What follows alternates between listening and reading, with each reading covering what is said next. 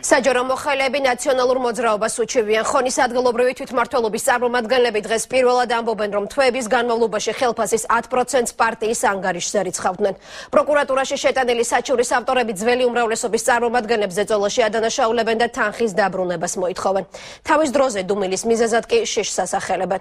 ხელფასის ნაწილის ჩამოჭრას ნაციონალების ხონის რაიონული ორგანიზაციის ხელმძღვანელიც ადასტურებს.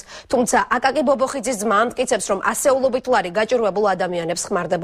საჯარო მოხელეები პროკურატურაში დაკითხვაზე უკვე დაიბარეს. ვინც არ გადაიხდიდა თანხას, იმათ უნდა დაეტოვებინათ სამსახური. ხონის გამგეობის თანამშრომელი ხელფასის 12%-ს ნაციონალური მოძრაობის ანგარიშზე თითქმის ყოველთვიურად რიცხავდა. ადგილობრივი თვითმმართველობის მოხელეებს, როგორც თავად ყვებიან, მაშინდელი მართველი პარტიისთვის თანხის გადარიცხვას პირადად ლევან ბობოხიძე ავალებდა.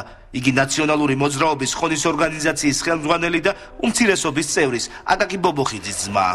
აბსოლუტურად ყველა საჯარო მოხელე, რომელიც ფინანსდებოდა ადგილობრივი თვითმმართველობის მიერ, ის საკრებულოები, რომლებიც არის სოფლის საკრებულოები, იქიდანაც ხდებოდა რასაც ქვია ლევან ფონდი დაერქვა სახელი, რომ ლევანი აიძულებდა ყველას, რომ აბსოლუტურად ის ხელფასის რაღაც გარკვეული პროცენტი ნაციონალური მოძრაობის ფონდში შესულიყო. ლეილა კინძურაშვილი ხონის გამგეობაში ერთადერთი არაა, ვისაც ნაციონალური მოძრაობისთვის ხელფასიდან თანხის შეწირვას ავალდებულებდნენ. ჩემი ყოველთვიური ხელზე ასაღები ხელფასი შეადგენს 335 ლარს.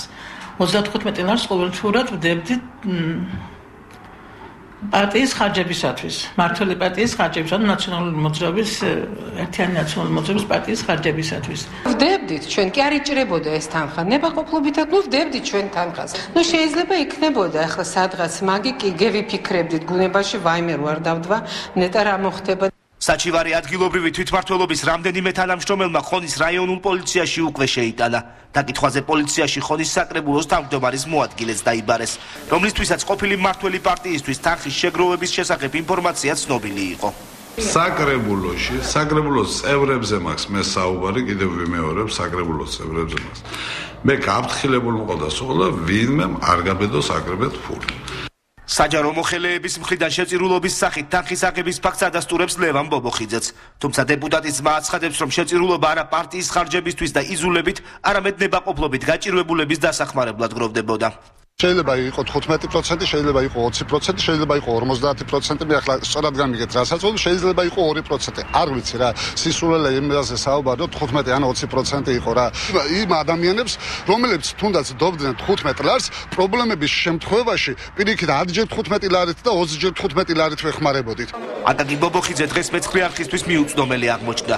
ჩვენმა გადამღებმა ჯგუფმა ხონის რაიონში ვერცის გაჭირვებული ადამიანები აღმოაჩინა, ვისაც დახმარებას ეგრეთ წოდებული ფონდიდან უწევდნენ.